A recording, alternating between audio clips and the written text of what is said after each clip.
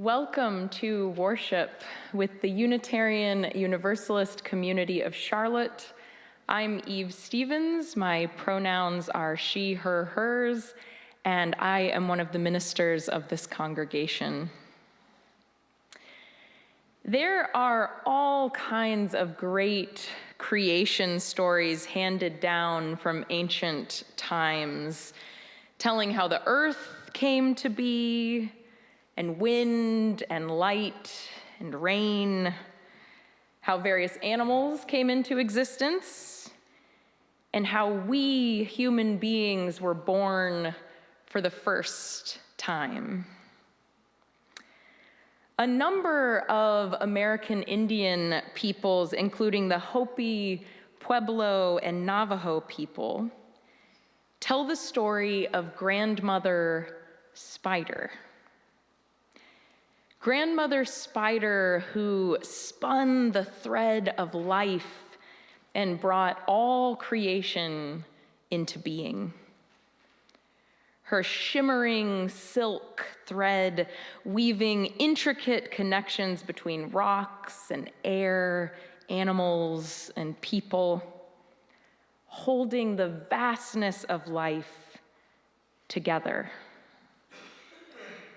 Somewhere, Grandmother Spider still rests on her web, sensing each tiny vibration that resonates throughout existence as seasons change and we move through our lives. These days, of course, it's not as simple as it may have been in the beginning. We can't just reach out and touch the web of life. Nowadays, we have to learn more subtle ways of sensing our vast, intricate interweaving with all of existence. Listening. Listening is one means we still have of tuning into this abundant and abiding resonance.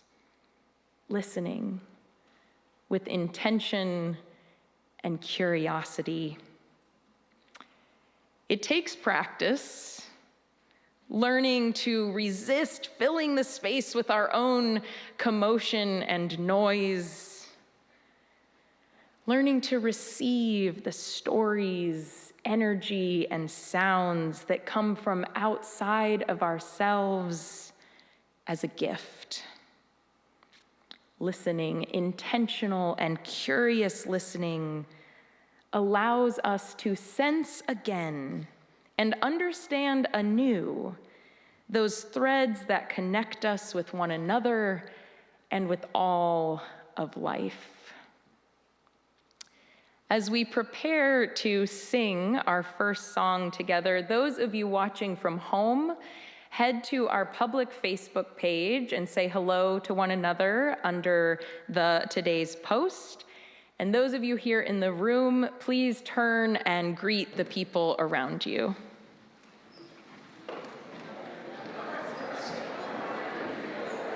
I remember.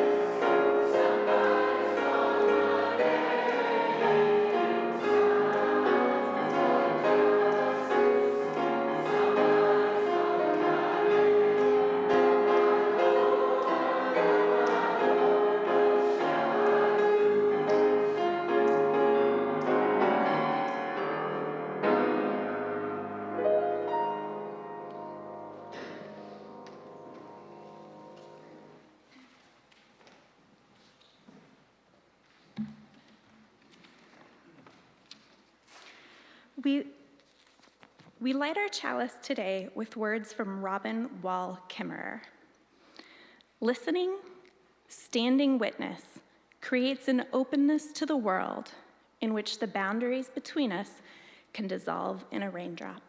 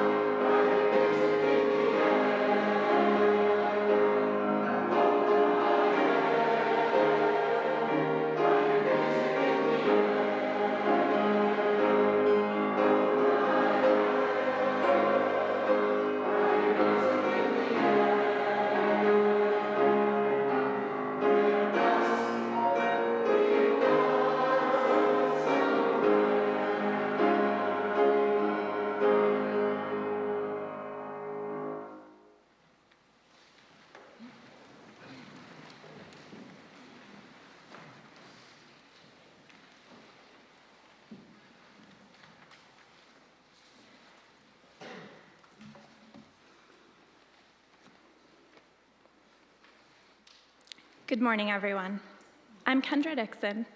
My pronouns are she, her, hers, and I'm a member of this congregation. We extend a special welcome to those of you at home or in the room who are joining us for the first time. Thank you for spending a portion of your day with us. Those of you watching from home, I encourage you to reach out to our membership coordinator, Kelly Green. You can look for her comment on today's welcome post on our public Facebook page. You can also send her an email to kelly@uuccharlotte.org. If you're here in the room following the service, we hope you'll stop by the Getting to Know Us table set up in Freeman Hall. There you will find current members who'd like to welcome you personally and tell you more about how to get connected here. Later in the service, when the offering baskets are being passed and the music is being played, we invite guests and members who feel moved to come forward to light a candle to acknowledge a meaningful joy, sorrow, or anniversary in your life. Again, welcome.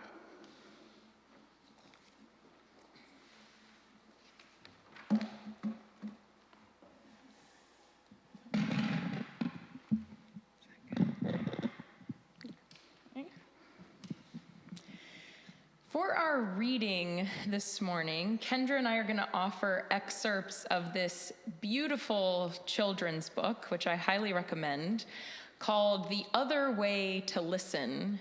And it's by Bird Baylor with illustrations by Peter Parnell. I used to know an old man who could walk by any cornfield and hear the corn singing. "Teach me," I'd say when we'd passed on by. I never said a word while he was listening. "Just tell me how you learned to hear that corn." And he'd say, "It takes a lot of practice. You can't be in a hurry." And I'd say, "I have the time." He was so good at listening. Once he heard wildflower seeds burst open, beginning to grow underground. That's hard to do. He said he was just lucky to have been by himself up there in the canyon after a rain. He said it was the quietest place he'd been, and he stayed there long enough to understand the quiet. Another time, he heard a rock kind of murmur good things to a lizard. I was there. We leaned against the rock. A long time passed, and then he said, "Did you hear that?" I said, "I didn't hear anything." He said, "Sometimes everything being right makes a kind of sound, like just now." It wasn't much more than a good feeling I heard from that old rock. He told me how a friend of his once heard a whole sky full of stars when she was 7. And later on, when she was 83, she heard a cactus blooming in the dark. At first, she didn't know what she was hearing. She found it by just following the sound. The old man said, "Most people never hear those things at all." And I said, "I wonder why." He sighed. They just don't take the time you need for something that important. All I can say is that once, after lots of practice, I heard it. The hills singing. Of course, their kind of singing isn't loud. It isn't any sound you can explain. It isn't made with words. You couldn't write it down. All I can say is it came straight up from those dark, shiny lava rocks humming. It moved around like wind. It seemed to be the oldest sound in the world.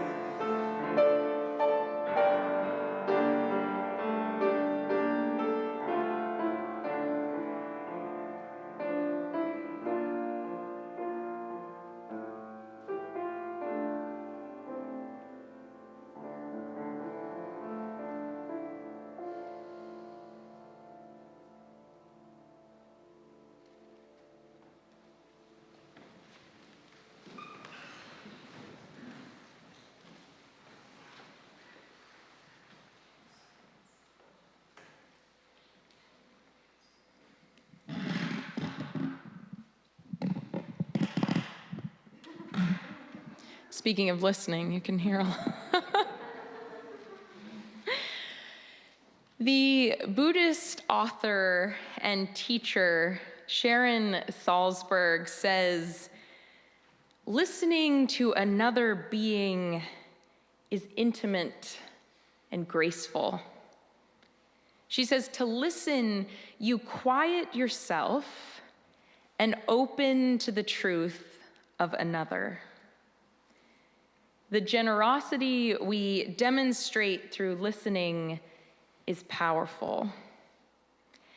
Even if we never speak at all, if we are listening, really listening, we say without words, "I'm here, you matter, I care." Poet, wildlife biologist, and Clemson University professor Drew Lanham grew up in Edgefield, South Carolina. He taught himself the practice of deep listening while spending time with birds in his backyard growing up. He learned which birds to expect to hear at different times of the day, depending on the season.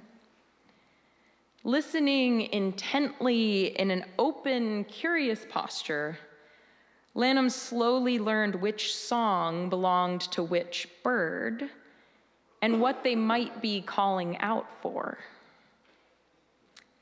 When Krista Tippett, host of the podcast On Being, interviewed Lanham, she asked, well, what was the first bird that you fell in love with?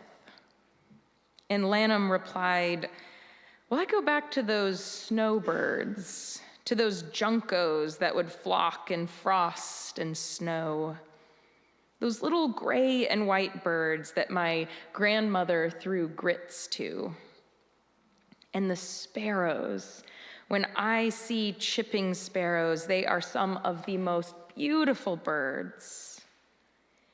He continues on saying that he loved birds and being close to them so much, he would actually lay very still on his back out in a pasture trying to attract vultures so he could get a closer listen and look. He says, I'd hear laying there still wild turkeys gobbling or barred owls on summer evenings and bobwhite quail. Drew Lanham followed the songs of birds deeper and deeper until he had an intricate understanding of the ways that an ecosystem fits together. Decades after falling in love with these birds, he still sits in quiet reverence as he listens. It's a practice that keeps him mindful, aware of the ways that his own living adds or detracts from the hum and rhythm all around him. In his poem, Love for a Song, Lanham celebrates our connectedness with all the life around us. He says this connectedness shows up as our craving for the meadowlark's ringing song, our longing for spring's greening, from our sun-starved spirits down to our bare-toed roots. Wind and water, he says, storm and surf, they can move us to other ends. Nature asks only that we notice.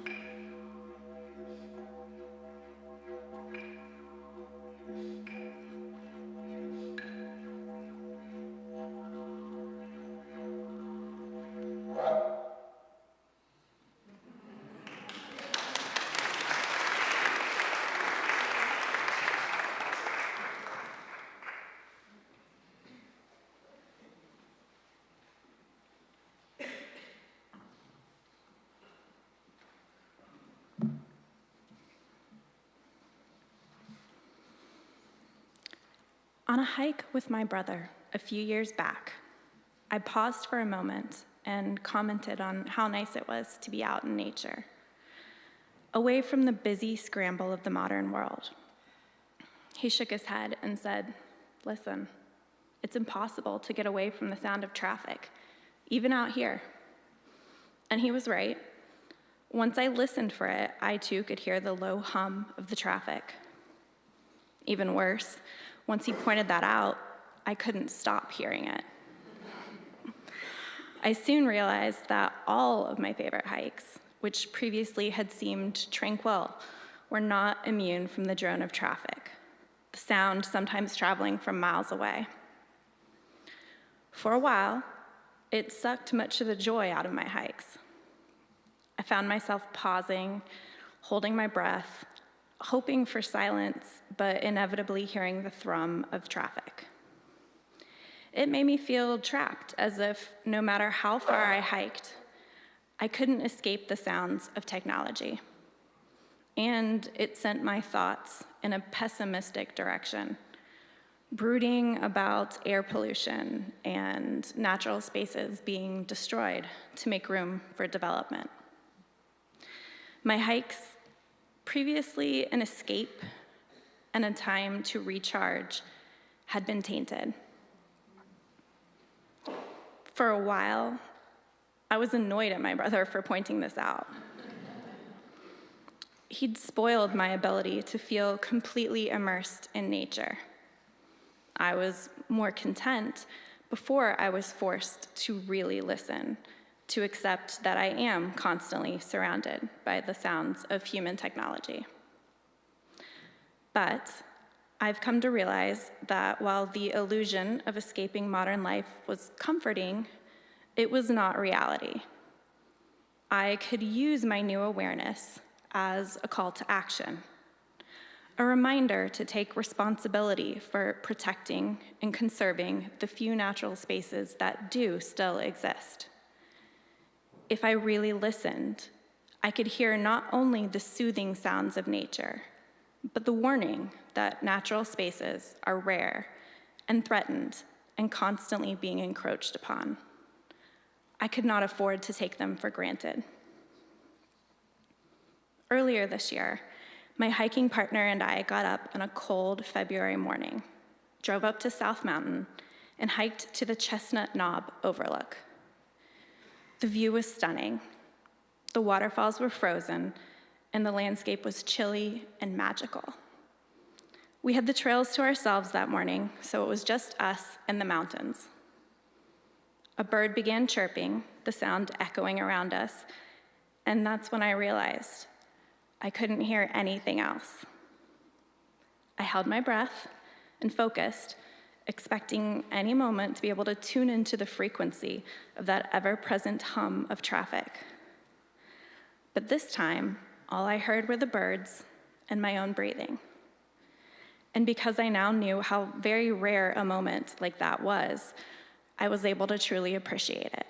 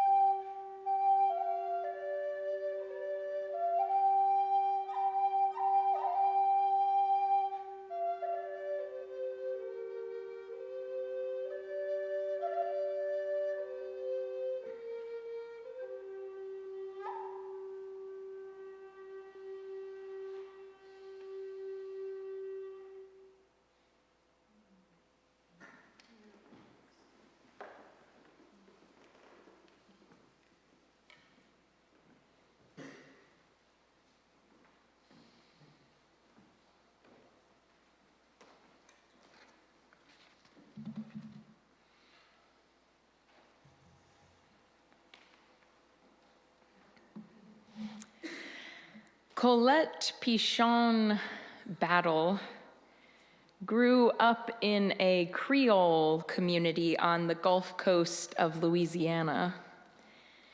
Generations of her family have made a home on the bayou since before the United States came into existence. And this magical place remained home through generations of hurricanes. Storms, hurricanes were just always part of life, part of the way things were, and part of what made their home so wild and beautiful. Battle remembers all through her childhood how her extended family would get together during the worst storms to have a party. She says all of your cousins would be in one house and all your aunts are cooking. The power is going to go out, so that means you're grilling, and they're not going to waste any food, so you have to get everything out of the freezer, and it's just a buffet. You're having a party. She says, in any moments of fear, you're with 20 people who love you, and it just makes the whole experience very different because you're not alone, not knowing what's happening. You're with generations of people who know exactly what's going on and exactly when to be afraid. Throughout her childhood, Battle saw plenty of flooding. Flooding was common enough that people knew where to park their cars during a storm because the water would reach up to here, but not up to there. After a storm, there were always repairs to be made, but the foundations, the structure of community, of a shared life on ancient sacred ground, always held. Which is why Battle calls Hurricane Katrina a crack in the universe. A crack in the universe. A storm that fractured forever the way things are. Her grandfather's house, the house where Battle was born and grew up in, 2/3 of the trees she'd grown up looking at, the businesses where her neighbors made their living, it was all gone. Ever since Katrina, Colette Battle spends her days traveling near and far, telling stories of warning and hope, and praying that others will listen. She tells about the rising of the water and the intensifying of the storms, heat that's too hot and cold that's too cold. She talks about why it's always Black and brown communities and people living in economically disadvantaged places who have the least and lose the most.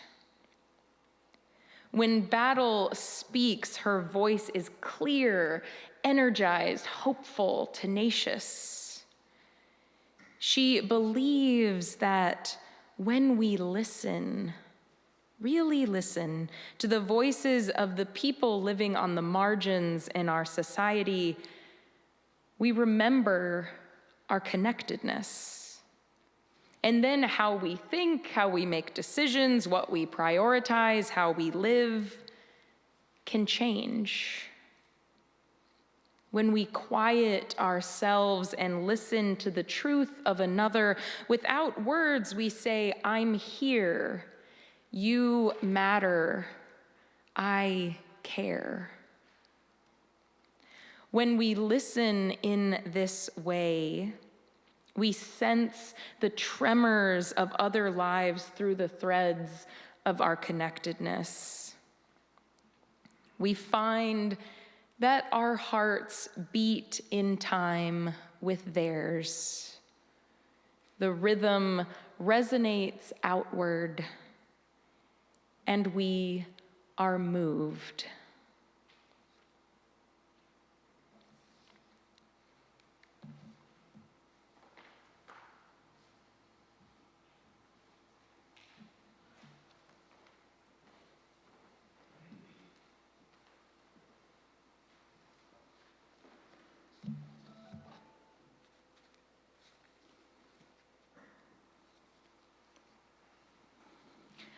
My family first chose to join this community in large part because of the wonderful programs we wanted our children to be able to participate in. Since then, I've realized that the UUCC has so much to offer for members and visitors of all ages. Thank you for the many ways you support this community through volunteering your time, your energy, and your monetary contributions. In recognition of Earth Day and Earth Month, our Share the Plate partner for April is Green Faith. Green Faith is a worldwide coalition that allows people of faith and conscience to collaborate for climate and environmental justice. Your contributions to the offering basket, or given electronically, will be divided evenly between the UUCC and Green Faith. We will now give and receive the offering.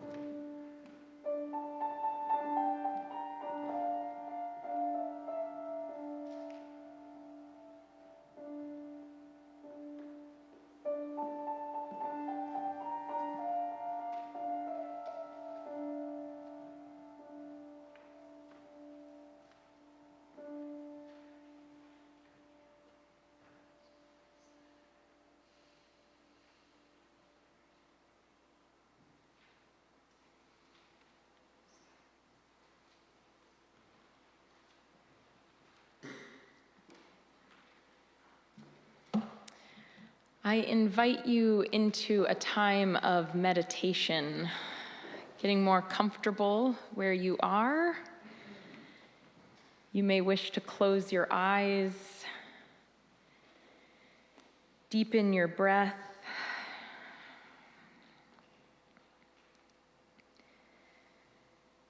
Notice what is floating through your mind and breathe. Return to where you are in the here and now. And receive any sounds coming your way as a gift.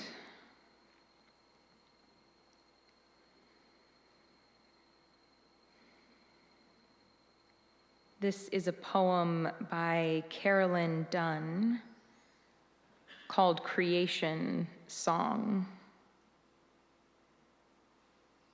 Creation Song. From her breath, she formed the web of the world, spinning delicate pieces of silk, sinew, bone and blood. We are things of spirit, of earth, of starlight, of a spider's web caught in the brightness of the sun.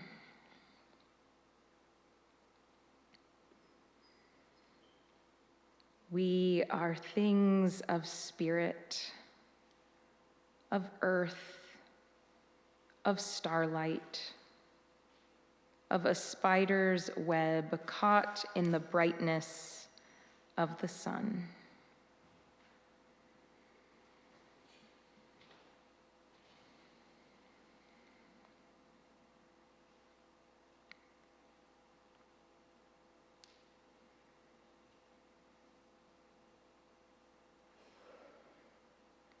Amen. Following the service today, for the first time in 2.5 years, we will have coffee in Freeman Hall, right across the way here.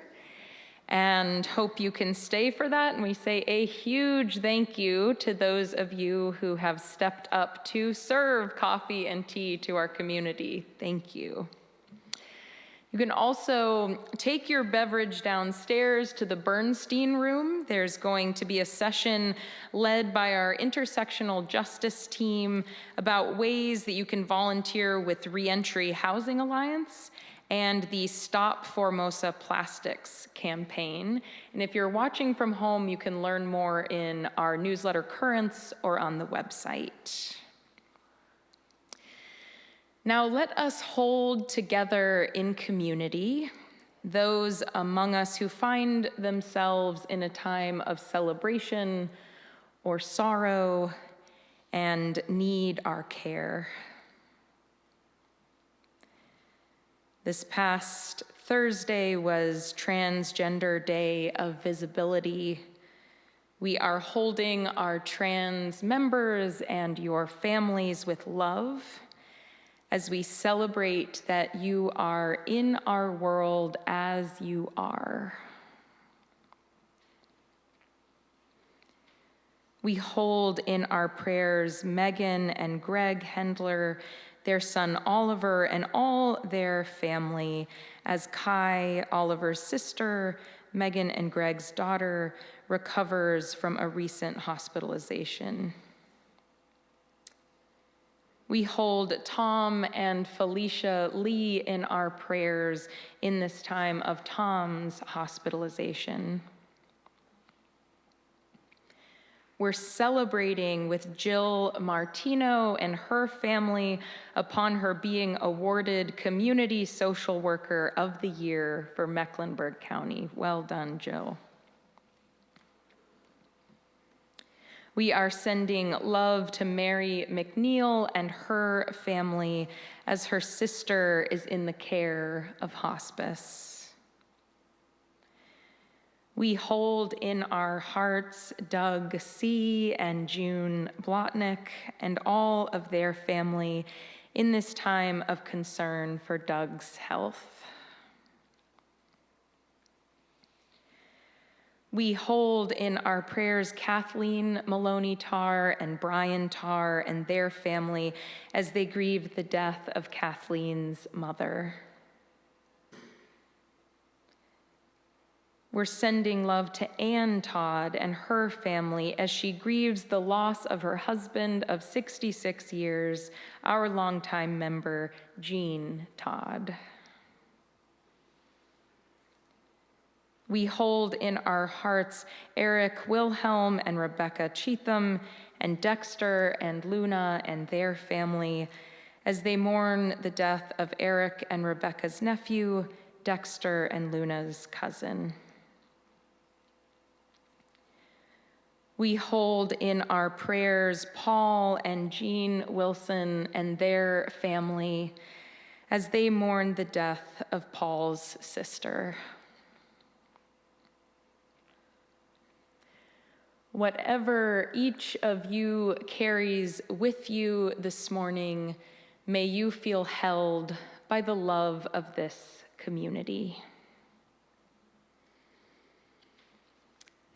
Please rise in body and or spirit one more time to sing our closing song together.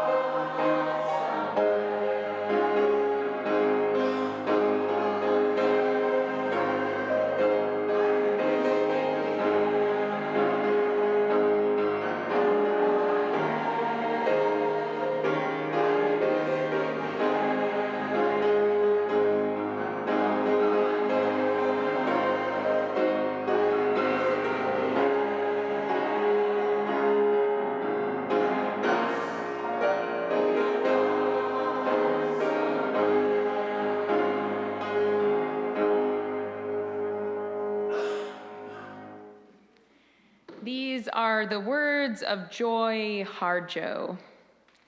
The stuff I need for singing, by whatever means, is garnered from every thought, every heart that ever pounded the earth, the shapes of mountains, cities, a whistle leaf of grass, or a human bent with loss.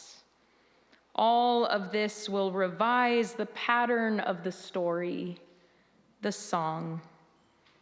I take it from there, play through the heartbreak of the tenderness of being until I am the sky, the earth, the song, and the singer.